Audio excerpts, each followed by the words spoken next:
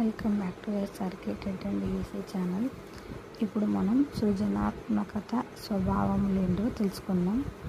సృజనాత్మకత ఉన్న వ్యక్తులకు అహం ఉండదు. ఎందుకంటే అహం అంటే ఈగో ఉన్న చోట విభిన్న ఆలోచనలు రావు. మెయిన్గా మామూలు ఆలోచనలే రావు అహం అడ్డుంటే. సో సృజనాత్మకత ఏ వ్యక్తికి అయితే ఉంటుందో వాళ్ళకు అహం ఉండదు. ఇంకొకటి, ఇది సార్వత్రికమైనది అంటే యూనివర్సల్. ఇది సృజనాత్మకత ఎల్లప్పుడూ నవ్యతతో కూడుకున్నది. నవ్యత అంటే ఫ్లెక్సిబిలిటీ.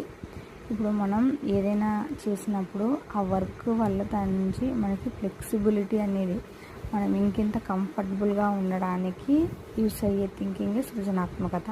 అంతేగాని ఇంకా కష్టాల్లో పడిపోవడానికి ఉంటే అది సృజనాత్మకత కాదు కదా.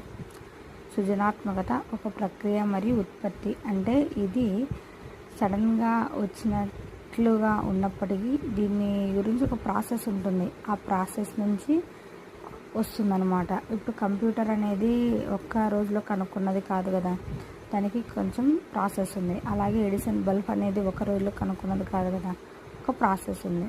సో ప్రాసెస్ అది ఉత్పత్తి. ఆ ఉత్పత్తి అనేది ఉపయోగపడే విధంగా ఉంటేనే అది సృజనాత్మకత. సృజనాత్మకత ప్రజ్ఞతో కొంతవరకు ముడిపడి ఉంటుంది. అంటే సృజనాత్మకత ఉన్న వ్యక్తులందరికీ ఎంతో కొంత ప్రజ్ఞ అయితే ఖచ్చితంగా ఉంటుంది. ప్రజ్ఞ అంటే ఏంటి? అన్ని విషయాల్లో కొంత జ్ఞానం కలిగి ఉండడం అన్నమాట. ప్రజ్ఞ అనేది పుట్టుకతో వస్తుంది. సృజనాత్మకత అనేది పుట్టుకతో రాదు. సృజనాత్మకత పరిధి చాలా విస్తృతమైనది. అంటే ఇది ఒక విషయం దగ్గర, ఒక సమస్య దగ్గర మాత్రమే సంబంధించినది కాదనమాట. ఇప్పుడు even home makers also make different kind of dishes.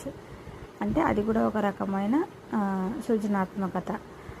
నీకు ఆలోచన పరిధి ఉన్నంత వరకు నువ్వు ఎక్కడైతే ఆలోచిస్తుంటావో అది ఎక్కడైనా కాదు. ఓన్లీ ల్యాప్టాప్ కనుక్కోవడము, ఏరోప్లేన్స్ కనుక్కోవడమో కాదు, డిఫరెంట్ కైండ్ ఆఫ్ డిషెస్ చేయడం కూడా సృజనాత్మకతే. అంటే even home makers also creativity. ఇంకా వాళ్ళు చినిగిపోయిన బట్టలు, పాత బట్టలతో కాళ్ళ కింద వేసుకునే మ్యాట్ లాంటివి తయారు చేస్తుంటారు.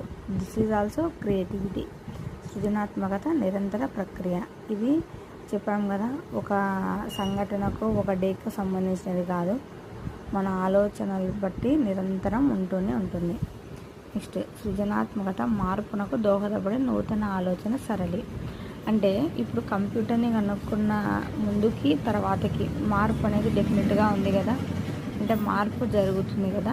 అలాగా క్రియేటివ్గా ఏదైనా చేసినప్పుడు